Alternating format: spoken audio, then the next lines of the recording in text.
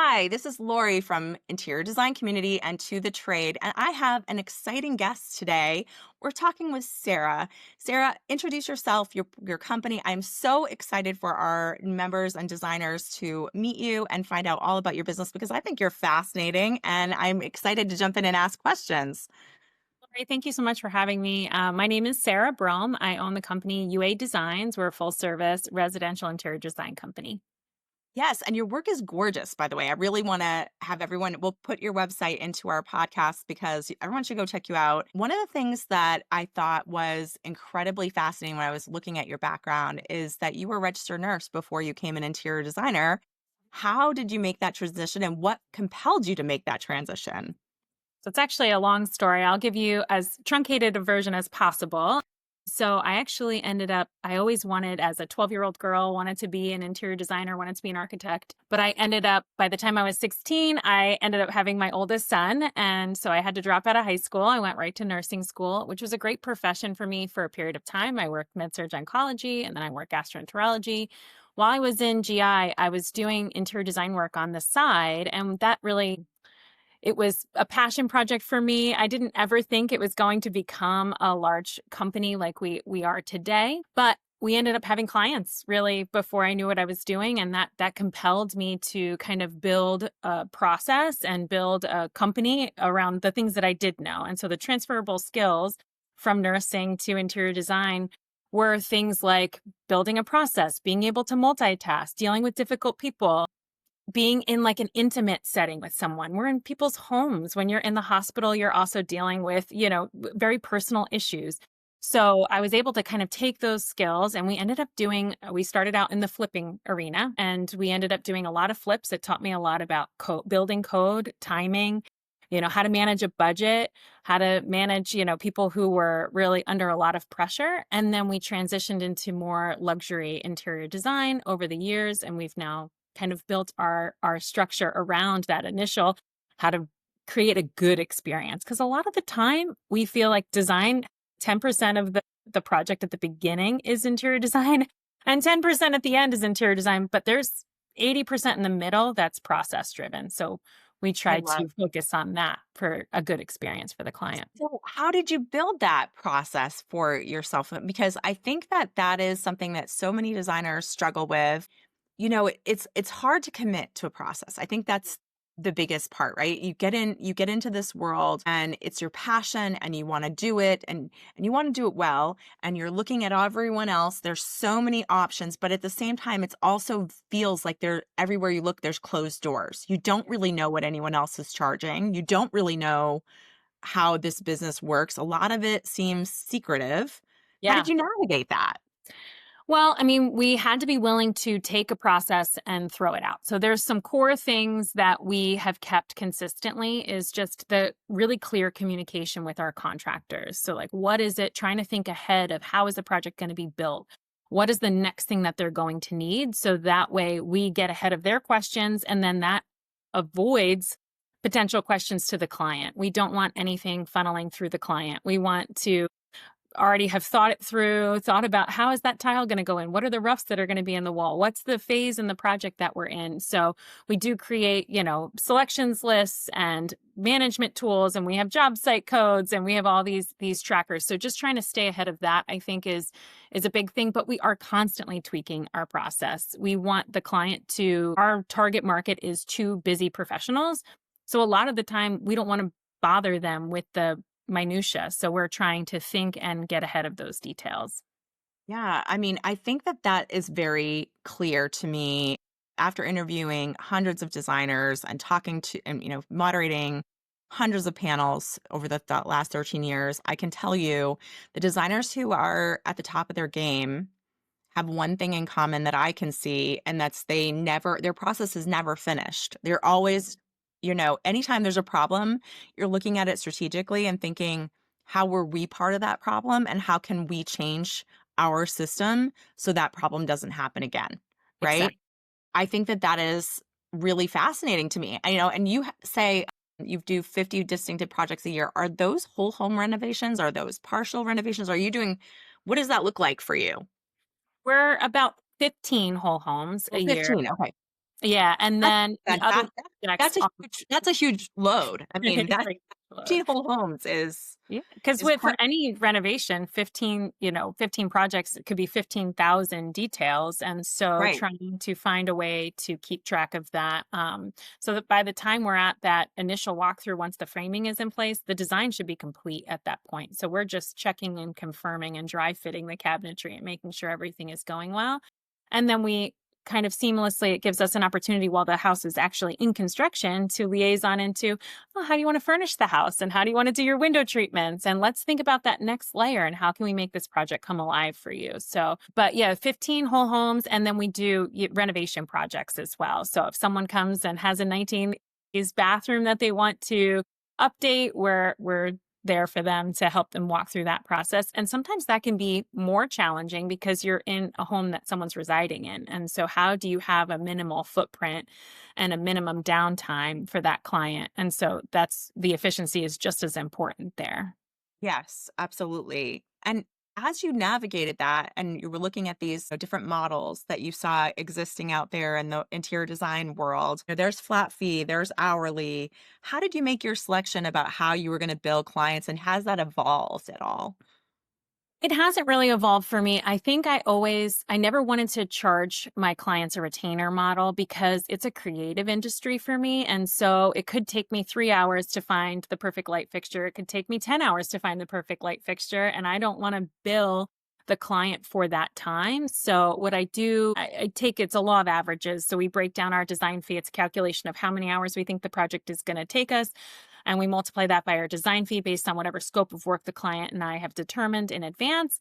And then that's our price. And then within that, they have their initial design that we present to them and two revisions. And so that's kind of how we break that down.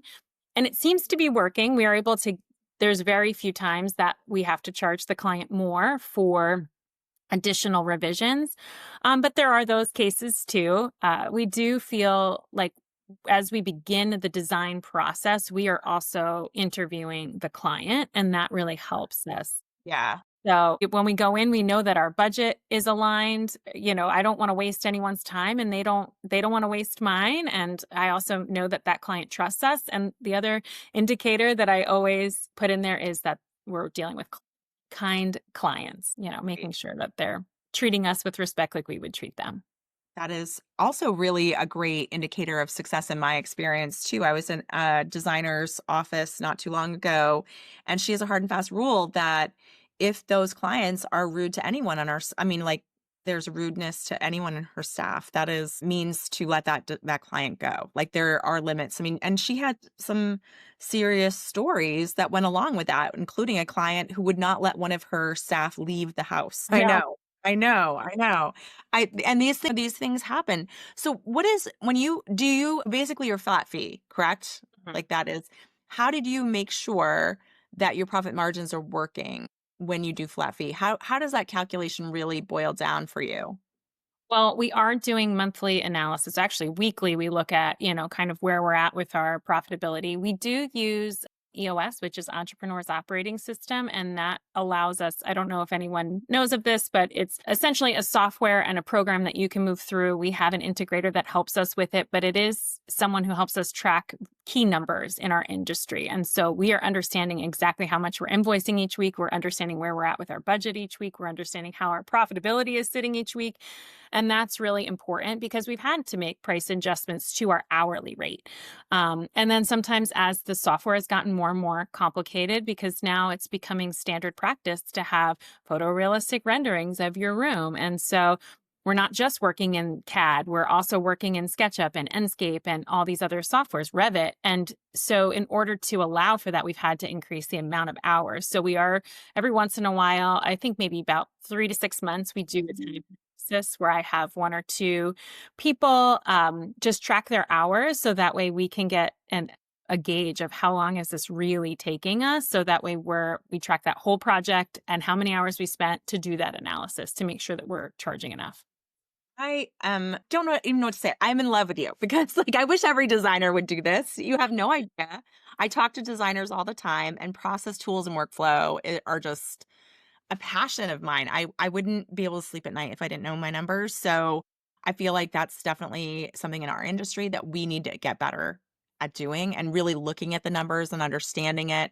And I'm okay with I don't really care really from a design perspective whether designers are flat fee, whether they're hourly, but whether they're profitable Yeah. is the most important part of it. Is at the end of the day, all of this passion and time and effort that you're putting in, are you paying yourself properly? Are Mhm. you insuring yourself Yep. properly? Do you have a 401(k)? Are you insured for health and business insurance? Is your contract up to date? All of those things are the things that I'm advocating for on a daily basis. So I love that you're doing that. How did you scale to that level? How did you get to that point where you could take on this many projects and the hiring process? How did that work out for you? Well, I think we did a lot of analysis of like who our team is. So we have a couple key leaders in our team. So my head of purchasing is a key leader, and my operations manager, so she's actually director of operations. She'd be annoyed if I called her the wrong thing. And, we all did personality assessments. And so we kind of figured out what are we really good at. And then we tried to delegate and elevate to allow for that upward mobility so that I have more time to focus on sales, acquisitions, and marketing, where I don't need to be bogged down with the process. I need to be surrounded by it, and our company needs to have it, but I don't necessarily have to be the one wearing that hat. You don't want me, filling out an Excel spreadsheet or anything like that, or editing a document or looking at our contract. So we've outsourced a lot of those things.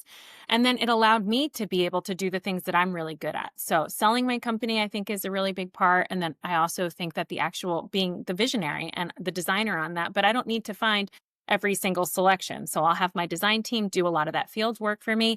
And then they'll come back to me with different options. So we have a cabinetry division and then we have a decor division. And so what will happen is when they'll funnel up through me and I still make sure that that's working through the overall vision of the project, which is what I feel like I'm best at. And when you're sitting in the right seat, I feel like that just allows for, people, it's catching, all of a sudden people know you're doing the right thing and they want to be a part of that. So we haven't really had to do a ton of traditional marketing outside of Instagram or just me being a part of networking groups. That is something I'm always looking to explore, bettering in that area. But for the most part, I feel like if you have the right people in the right places, you're going to be successful.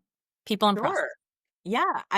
When you first started, were you looking at other design businesses? Were you trying to see like where am I going to fit in this market and how am I going to, differentiate myself? Like how am I going to stand out as a new designer coming into this industry? I mean, now you've got, 13 years under your belt, but when we first started, what was that like? Well, I wasn't really looking at other interior designers because again, I started out in kind of a more, I would say a corporate Flipping. type, yeah, Flip. with flipping. It's a different industry. And Right. I wasn't really modeled. I didn't feel like I looked like anybody else. So I wasn't really looking at other interior design businesses. I was looking at other good businesses and seeing how I could apply those practices to my business. And it didn't necessarily have to be design specific. And I knew what I didn't want to be. I had met a handful of designers who I found, I hate to say it, but like were pompous and difficult to work with and or snooty or name droppers or, didn't want to talk to me because I didn't have a traditional background. So that was something that I was like, I don't want to be a snooty designer and I don't want to be, those are things I knew I didn't want to be. And then I did model myself just after having a good business. And I'm like, if I can be a good business person who doesn't, my business is interior design. Yes, you have to have that creative piece. But like I said, that's only 20% of what we do. Right. So then I thought we would be successful. So that was kind of how we structured it. And it's a lot of trial, like I mentioned earlier, it's a lot of trial and error. There were things we're like, well, we don't ever want to make that mistake again. So we're going to put that in our contract. We're going to avoid that situation. And at the end of the day, I wasn't afraid to fail or make mistakes because, and it's all time or money. I felt like anything could always be fixed or remedied. And we always stand behind our work and we're going to see that client all the way through no matter what. And so that was a big thing for us, just having integrity in the things that we're doing. Absolutely. And honestly, for that work, I'm sensing great work ethic. Um, focus on business. And the other piece that I see that we aren't talking about yet is customer service and really trying to appeal to that client as someone who is their partner and handling things for them and giving them an experience. A lot of the words you're using are very customer service driven. How have you implemented that into even the culture of your design business? Yeah, I do think that we always want to do right by the client. We don't we even offer a certificate of completion at the end because a lot of clients are afraid that we're going to drop off before the project is over. And we want them to know that, hey, we're in this with you. Our goals are aligned here. We want this space to be beautiful, just like you want this space to be beautiful. It's going to be our name on that and obviously our reputation. So, because of that, I think if you're working on the same team as someone, we are a service industry and we do try to provide those services. But I do feel like that camaraderie with the client is really, really key. Having that good rapport. We're not right fit for everybody, and that's okay. There might be a better fit out there for someone else who has different proclivities or different tastes or different needs.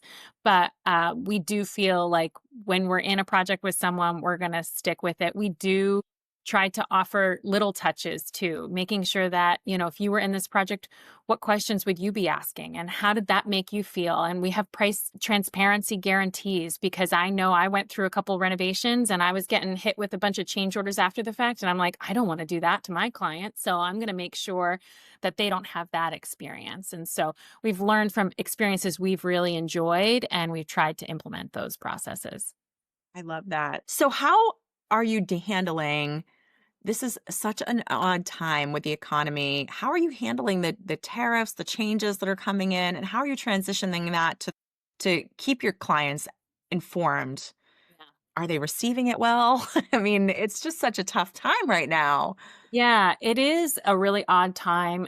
I do think that it's kind of understood that it's affecting everybody. So I Sure. haven't gotten a ton of, you know, like, how could you possibly charge more? They're like, no, we get it. We see it at the grocery store and we see it on Amazon and we see it everywhere. So that helps a little bit. We are really working to just, again, pass through that information to them as soon as we know. And we've also gotten ahead of a few price increases before they hit. So we'll say, hey, this is going to hit on such and such a day. Let's try to get this in by this date. And that's at least shown some effort on our part, and the clients tend to appreciate that. But most of the time we do pass it through, and we are fortunate enough that we're a luxury industry, so we have luxury clients. And so they're not always as affected as, you or I, the layperson. They're living. Sure, absolutely. So what are you doing to stay current? Do you go to a lot of the trade events? Are you staying in touch with your vendors more? How do you stay on top of like pushing the edge of design and maybe staying ahead of it so that you're not putting in anything? I mean, it's such a long process design, right? And so it's very important for designers to be forward thinking. Things that came in, especially because people are scrolling online all day long, Yeah. trends are moving faster than they ever have before. How do you stay on top of all of that? Yeah, it's interesting that you mentioned the trends and how quickly they're moving through. We have clients who we worked with 10 years ago that are re-renovating their house because a 10-year lifespan seems to be where we're at with design. So, I mean, that's great for our industry, but it is meaning that we have to be on top of things. I do find the trade shows very valuable.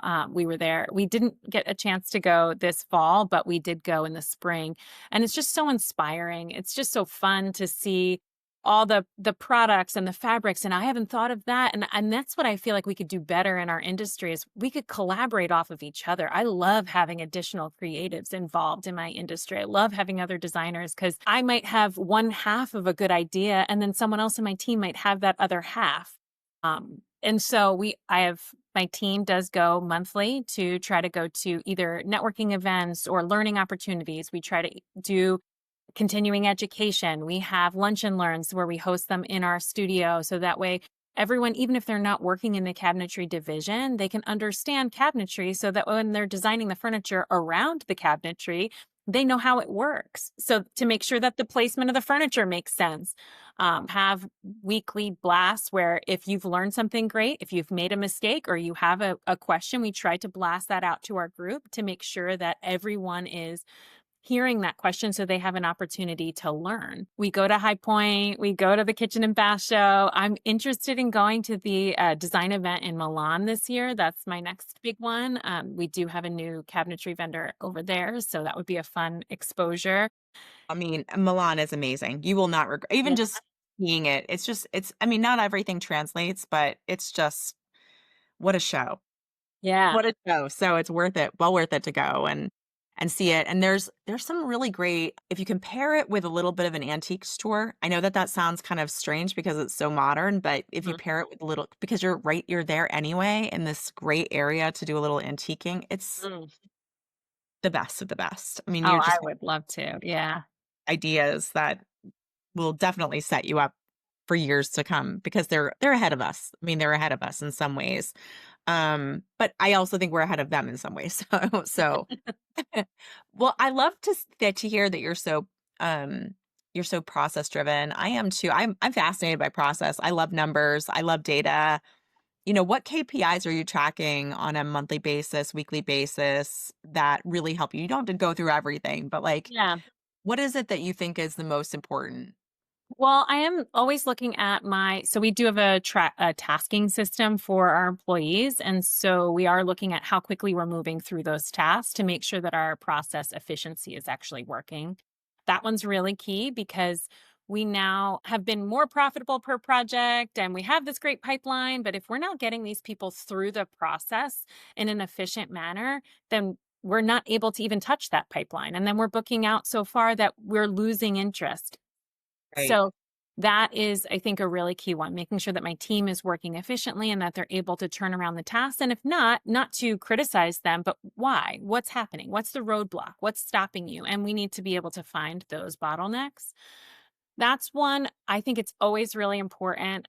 If you've ever gone through any growth phases in your company, to know how much cash you have, to know how much profit you have at any given point, because that is huge. It's It just a is. necessity, and you want to It is. know that. Honestly, an assessment of like, I know so many designers who are, we can get very like laser focused on growth and not Mhm. recognize that growth doesn't necessarily always mean more money Yes. in your own pocket.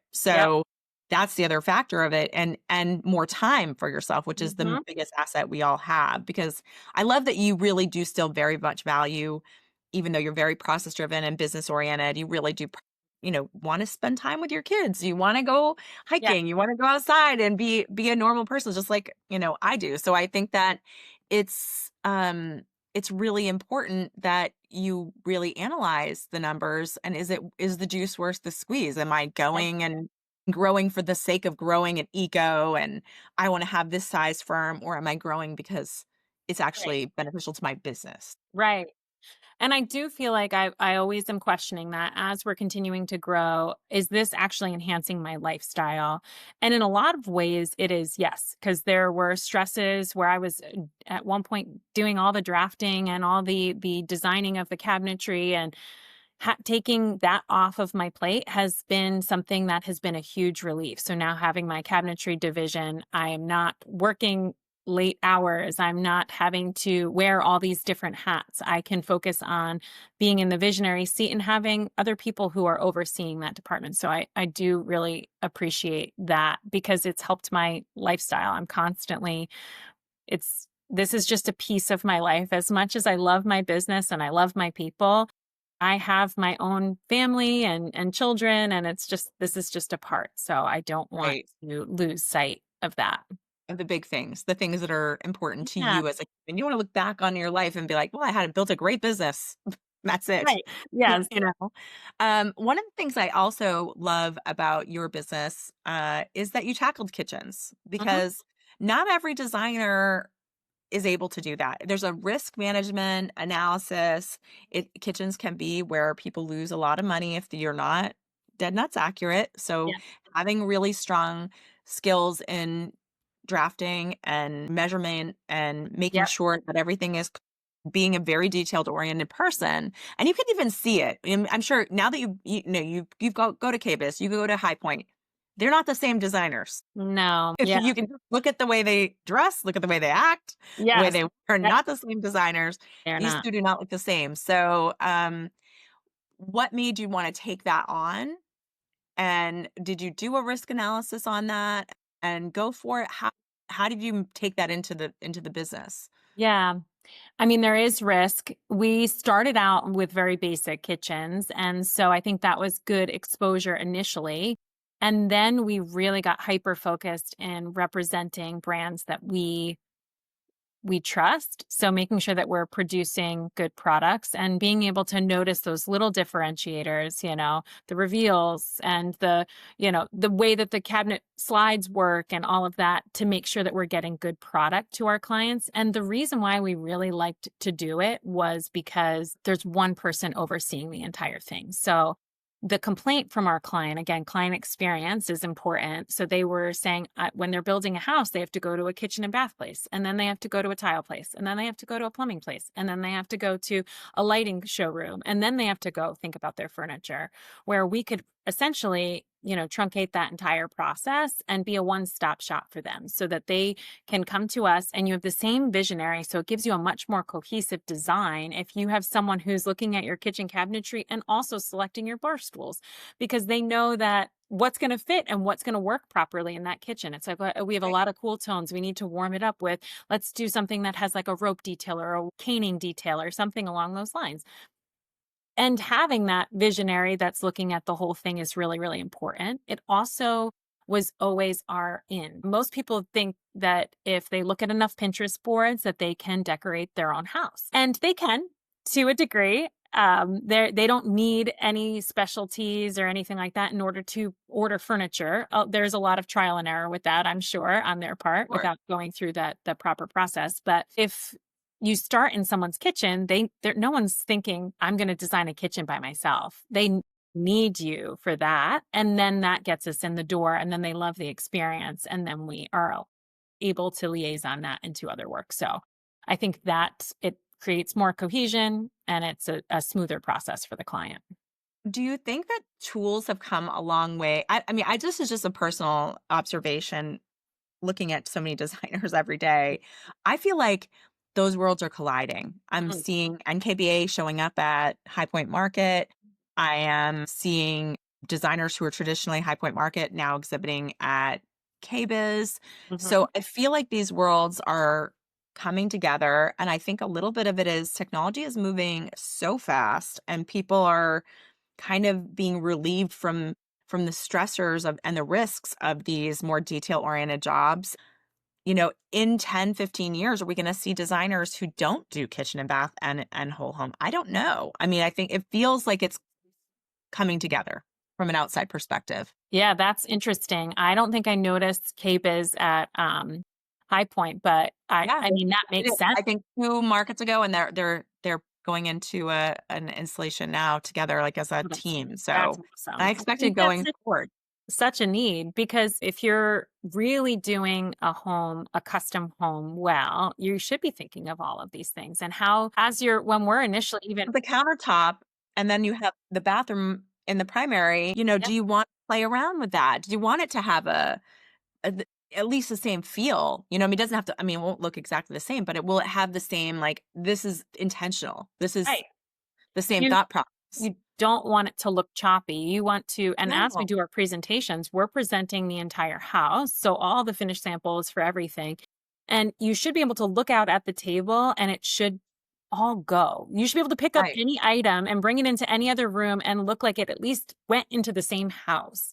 right, And that's really our goal. So I think that that's a necessity. It's a wonderful thing in our industry is we should be thinking about all of these features and not just right. designing after the fact and thinking, oh man, it could have been so much better. And clients don't want throwaway dollars where, they've designed their kitchen and their bathrooms and then we're like, oh, it could have been so much better if, and then Right. they're Oh my undoing something goodness. they just did. And so That that's, is a nightmare, right? I mean, that's a nightmare scenario for any homeowner because that's yeah, such an investment and those pieces are there for a long time. I mean, yeah. that's not cabinetry and countertops. They're not things you're going to toss away very quickly or flooring.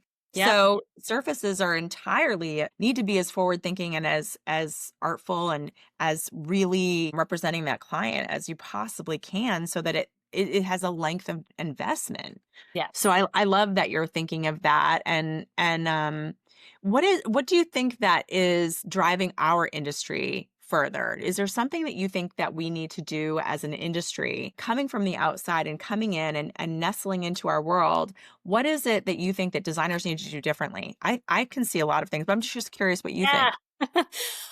I hate to be like super trendy with my answer here, but I think we've got to use AI better.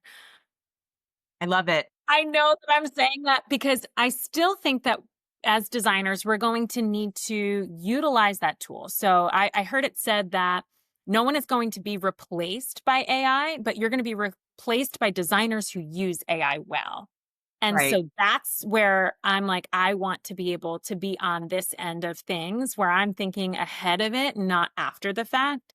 And we have so many softwares and programs because we do have an industry where contractors especially are a little resistant to change and they're resistant to modernizing their process. We use QR codes on job sites and I cannot tell you the complaints I get from contractors on that. So I'm physically printing and doing the QR codes and, end. Right. So a lot of our programs don't talk well to each other and I wish that that was something that was bridging the gap. So CAD doesn't talk well unless you're using, CAD 3D or Revit. That doesn't talk to SketchUp well. And then SketchUp has to then be plugged into Enscape to do photorealistic or whatever other plugin that you'd find. Or, if you're working in Pro Kitchens or 2020, you're importing that into your SketchUp model. But if you make a change in that software, it's not automatically getting changed on your on your SketchUp file. So if that's your process, like it is ours, now, if a client makes a late in the game change, I potentially have to change it in 4 different softwares. Right. Should be something that AI fixes for us so that my designers can work on designing and not work on little minute changes and making sure that the tile scaling isn't off. I think it goes even further than that, it can help you figure out what is in stock once it starts Mm, to be able to research the product lines. It can help you. I already know it can help you with marketing and research, sure. competitor research, marketing, because I've taught it now several times in our world. Like you can go at literally, who are my competitors? What differentiates me from my competitors? What can I do to get more clients? Who are the luxury businesses around me that service the same market that I'm servicing? How can I work with them better? Those questions will give you just asking ChatGPT those questions and telling them who you are and then training it who you are and then asking it. It's remarkable what it will bring out. You Great can, you tips. know, have a newsletter and that's actually interesting to past Yeah. clients so they do refer you. Something that is current, that is servicing them, being that thought leader about design, strong storytelling, Yeah. script writing. There's just so many things that AI can do to improve a business and connect a business with other businesses that are servicing the same industry. I mean, we are in a luxury industry, which it means we're not alone. Yeah. The country clubs that are near us, the day schools that are near us, the estheticians that are near us, the high-end hotels and restaurants and boutiques are all servicing our same clientele. How can we work together to gain, that collaboration with other businesses that are servicing the same market? Yeah. You Those are know, it's great tips. yeah, I mean, it's really I agree with you. AI is not gonna go away. We can't be afraid of it. It is a new revolutionary tool within our toolbox. I mean, I can't 100% say that it isn't going to erode a certain market of our business. There are going to be maybe lower end design or e-design that they just want a cohesive look, and that might go away with a certain level of client who doesn't care at all about customer service. But your market, I mean, come on. A busy professional is not going to be like, "Hey, ChatGPT, design my house." Right. Yes. And the amount of information you then need to feed it in order to have Right? that. I mean, and the mistakes you're going to make anyway because Yeah. ChatGPT lied to you. I Right. mean, Well, it's just because there's so many designs I've looked at and I'm like, that's not buildable. right? That's not That's gonna not work real. out. I'm like, It might set the stage, get you a good concept, get you started, but it's definitely not gonna take you to that next level yet. Uh, Right. However, efficiencies, all those things you Efficiencies are mentioned, yeah, yeah. contract review, things like that, I think ChatGPT is. Right, and it will keep designers leaner Mhm. longer because it can act as hopefully as a productivity tool for a designer who if you're thinking about hiring someone and you're not quite there yet, this is how you can increase your productivity and how your staff can increase their productivity to Absolutely. make efficiencies are the name of the game. I mean, that's how we stay, ahead of the times. Speaking of ahead of the times, what are your growth plans for your business today? Where do you see yourself in 3 to 5 years? So I do see myself. I know that you were saying we had chatted offline about, showroom spaces and things like that. I am looking to set up a studio outside of where we are currently. We're just outgrowing our space. So new space is always important. I want to be doing less projects and be doing them to such a level of detail. I want the Bible for that, my quote unquote Bible for that project to be no less than 500 pages long. Like, I want to be able to really do a custom design the way that it's intended to be, and get it down to all that minutia that I really enjoy. Finishing details and, like, everything is lined up perfectly within the cabinets, and you're buying everything. Yeah, I love it. And so there are a few designer models that I've enjoyed where they actually tell the client they're not even allowed to be there, and they do the install and they take that month and they execute on all these things down to the plates and the napkins and the towels and the soaps and everything else. So I would love to be able to have that where I just have more control of that. I would love to grow into a complete full service design build company where we can, have an architect join the team, have a contractor as a part of our team, just so that way I have exclusivity with those people. Not that the people that we partnership and have preferred relationships with, they're doing a great job for us. I actually love them, highly, highly recommend them.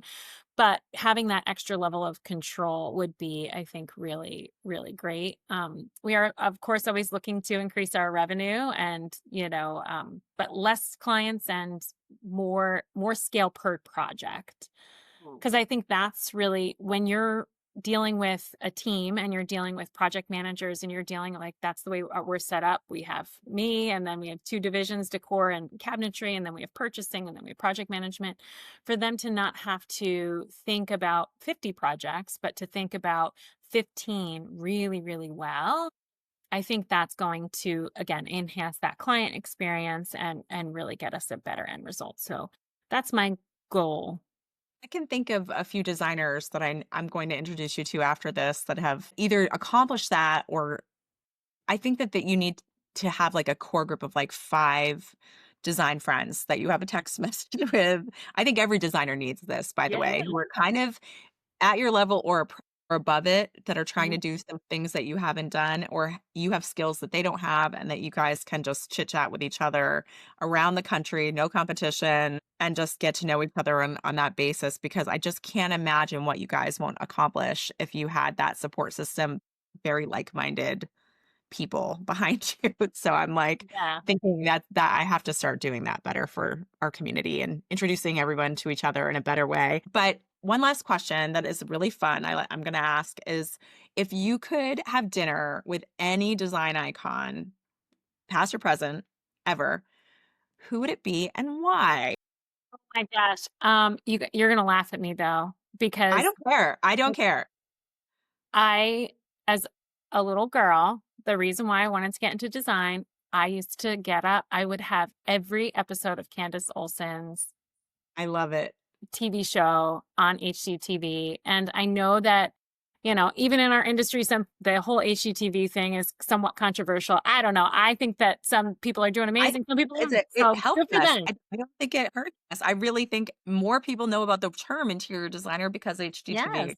It's the But truth. I absolutely loved her show, and I thought her personality was so fun, and she was family focused. There's so many things where I'm like, I want to do what she does, and I just felt like she would think of things I hadn't thought of, and So that was what originally spurred me into wanting to be an interior designer. I also love Bobby Burke. I think Bobby Oh, Burke yeah, is Bobby Burke is awesome too. They're was both fantastic, so, I mean, I think great choices yeah, there, well, thank really you. great choices. Well, thank you so much, this has been so amazing, and I will make sure everyone can follow you and find you on Instagram and check out your business, and hopefully, you're gonna make a whole lot of friends from this, so Thank you. thank you. Have a Sounds great day. Bye.